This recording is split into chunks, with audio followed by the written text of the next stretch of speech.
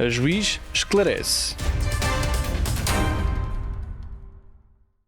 Vamos abordar nesta sessão o tema da medida institucional no âmbito da Lei Tutelar Educativa, que é, como já mencionei, a medida de internamento. Então, o que é isso da medida de internamento? É uma medida tutelar educativa que visa, mediante afastamento do jovem do seu meio natural de vida, integrá-lo num centro tutelar educativo onde seja educado especificamente para aquelas finalidades visadas para o processo, portanto, fazê-lo entender que a gravidade da sua conduta implica que fique sujeito, fora do contexto natural de vida, a determinadas formações pessoais, pedagógicas, enfim, que incidam sobre todas as características da sua personalidade que têm de ser trabalhadas. Portanto, como mencionei, fora do âmbito familiar, fora do contexto em que habitualmente reside, fora do ambiente em que desenvolveu aquelas condutas que foram consideradas nocivas por decisão transitada em julgada. Já vimos que a medida de internamento não pode ser aplicada em audiência prévia, é sempre fruto de uma audiência formal com três juízes, o juiz de direito, o juiz que conduz o processo e os dois juízes sociais. E depois de transitada essa decisão é que, portanto, como as restantes medidas tutelares educativas, é executada essa medida de internamento. Esta medida, como iremos esmiuçar noutra sessão,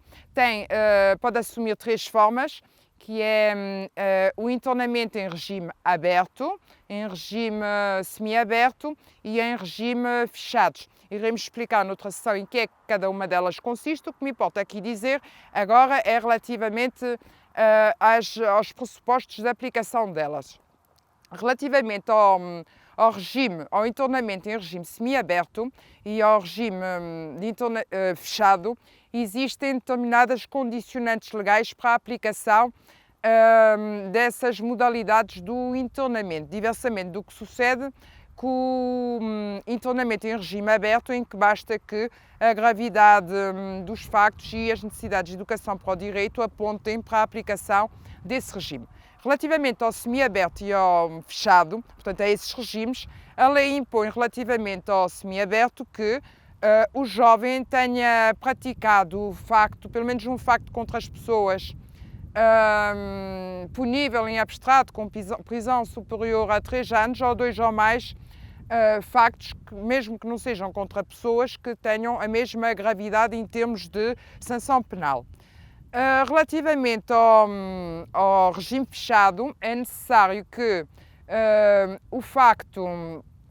facto tenha sido praticado, que o facto praticado constitua, se o jovem tivesse 16 anos, um facto punível com uma pena abstratamente superior a 5 anos, ou 2 ou mais factos que seriam passíveis de enquadramento no âmbito dos crimes contra as pessoas, também puníveis com pena superior a 3 anos. Para o regime fechado, é ainda necessário que o jovem tenha pelo menos 14 anos a data da prática dos factos, portanto não poderá ser aplicado um internamento em regime fechado a um jovem que, embora tenha praticado factos gravosos, aqueles que a lei pressupõe terem sido praticados para o regime fechado, não poderá, portanto, ser aplicado a um jovem de 3 anos porque não tem a idade mínima legal que permita a aplicação dessa medida em regime fechado, o que significa que, relativamente a esse jovem de 3 anos que tiver praticado fatos gravosos, portanto, com penas às quais seria aplicado pena superior a 5 anos ou 2 ou mais factos com penas aplicáveis contra as pessoas, portanto, que seriam passíveis de ser punidos com penas de prisão superiores a 3 anos, se o jovem tiver 3 anos, não poderá ser aplicado o regime fechado e, portanto, ficará sujeito, se for o caso disso, a um internamento em regime semiaberto. Estes internamentos têm duração mínima de 6 meses e máxima de 2 anos, com exceção pode acontecer que no âmbito do regime fechado a duração máxima seja de 3 anos, em casos de maior gravidade que envolvam penas superiores a 8 anos, ou vários crimes contra as pessoas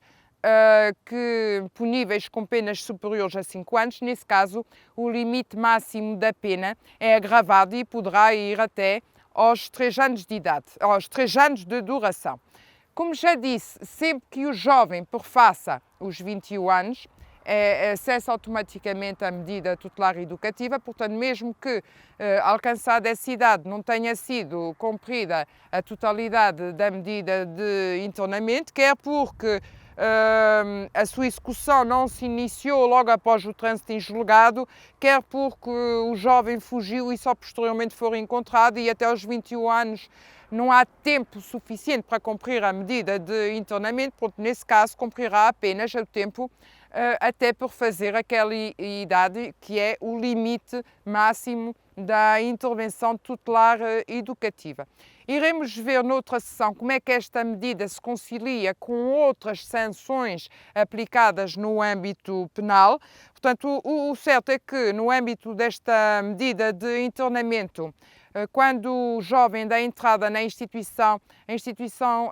tem um prazo para elaborar o projeto pessoal deste jovem, portanto é um projeto que terá em conta aquilo que ficou determinado na sentença, as vertentes, as diretrizes que o juiz ditou. Esse projeto será depois sujeito à homologação e iniciar-se-á, portanto, a execução depois de contar-se-á o prazo a partir de então. Relativamente a este conteúdo e duração da medida de internamento, penso ter dito o essencial, oxalá tenha sido clara. Bem, haja pela atenção.